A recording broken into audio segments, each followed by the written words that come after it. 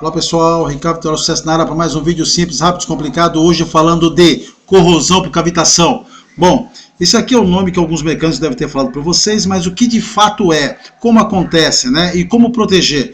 Eu coloquei um vídeo assim rapidinho aqui, tá, e eu vou dar uma parada para mostrar. Antes, porém, se inscreve no nosso canal, ativa as notificações e deixa um comentário. Corrosão por cavitação. A corrosão por cavitação surge quando ocorre uma implosão de bolhas na superfície do metal. Estas bolhas são geradas sempre que há uma queda de pressão no sistema, normalmente causada por vibração. Essa queda de tensão que ela está falando, na verdade é quando eu tenho dilatação de materiais. Aqui eu tenho um sistema de arrefecimento, aqui eu tenho a galeria e aqui eu tenho o motor, aqui eu tenho o aquecimento do motor, então toda essa parede aqui dilata, tudo bem? Um exemplo disto é a cavitação na camisa do cilindro. A camisa úmida do cilindro vibra devido ao movimento. O que é camisa úmida, Ricardo? Camisa úmida é quando eu tenho um cilindro que ele sai, ele se desloca, você remove do bloco, ok? Dentro do pistão. Ao vibrar, a camisa causa a formação de bolhas de vapor e seu consequente colapso. Esta é a anatomia da formação, colapso e implosão das microbolhas. Quando a camisa vibra na direção do líquido, a inércia da camisa leva o líquido a mover-se na mesma direção. No momento em que a camisa metálica vibra na direção oposta, o líquido continua a seguir na mesma direção inicial. Neste ponto, o vácuo criado resulta na formação de microbolhas na superfície do metal. Quando a camisa vibra na direção do líquido, este começa a mover-se na direção da camisa. As microbolhas formadas na superfície são atingidas pelas forças em oposição da camisa e do líquido, resultando em seu colapso violento. Então, esse colapso violento que ela falou aqui são as implosões, tá? E essas implosões, elas vão retirando o material do cilindro. E às vezes você pega um motor que você começa a verificar, né? Ele começa a ter aquele sedimento, óxido, né?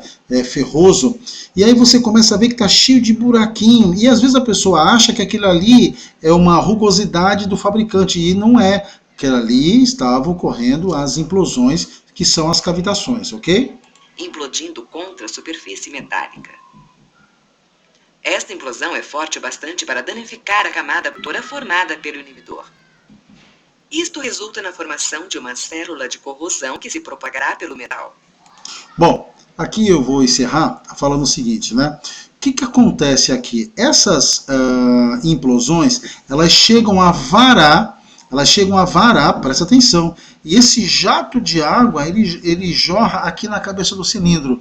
E aqui que acontece? Esse jato de água fica aqui na superfície do pistão, e aí ele começa a lavar o cilindro.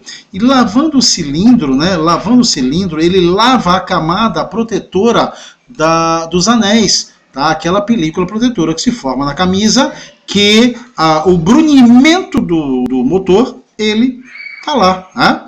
O que acontece? Lava, e aí é o que a gente chama de espelhamento dos anéis. Não vai ter lubrificação, ele vai esquentar até a hora que ele vai fundir. A palavra é fundição de material por essa lavagem do cilindro. Entenderam? É claro, nós estamos falando de cavitação. Essa lavagem pode ocorrer tanto aqui com a água, quanto também pelo diesel, se for um motor diesel, tudo bem? Bom, outra coisa importante. Como é que protege isso para não ocorrer essa cavitação? Com um bom aditivo do sistema de arrefecimento.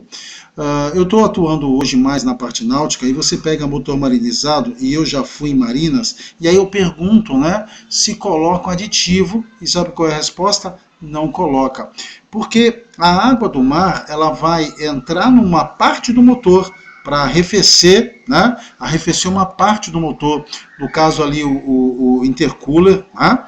E vai trocar o calor. Mas o arrefecimento interno do motor é com aquela água doce, que é a água que eu tenho lá que na verdade está errado falar água, né? Líquido de arrefecimento, onde eu tenho 60% de água destilada, que é a mesma coisa desmineralizada, e 40% de aditivo. Para motores diesel são aditivos diferentes. Olhem lá o manual, ok? É importante que entendam isso. Bom, aí você analisa só. Você tem um motor diesel terrestre, onde ele tem uma inércia do movimento. Só que depois que ele vira isso, os rolamentos lá das rodas, eles arrancam as 40 toneladas. Agora imagina uma embarcação, onde eu tenho a todo instante o atrito, a densidade da água no casco do motor, do casco da embarcação, e o que vai acontecer? Vai segurar a embarcação. E aí o motor tem que vencer isso, no caso o motor marinizado. Moral da história, gente, o motor ele esquenta muito.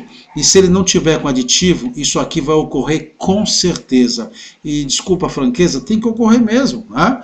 Não faz direito, vai ocorrer. Tudo bem, pessoal? Gostaram? Espero que vocês tenham gostado aí. Curte, compartilha e não deixa de se inscrever. Tudo bem? Tchau! Sucesso!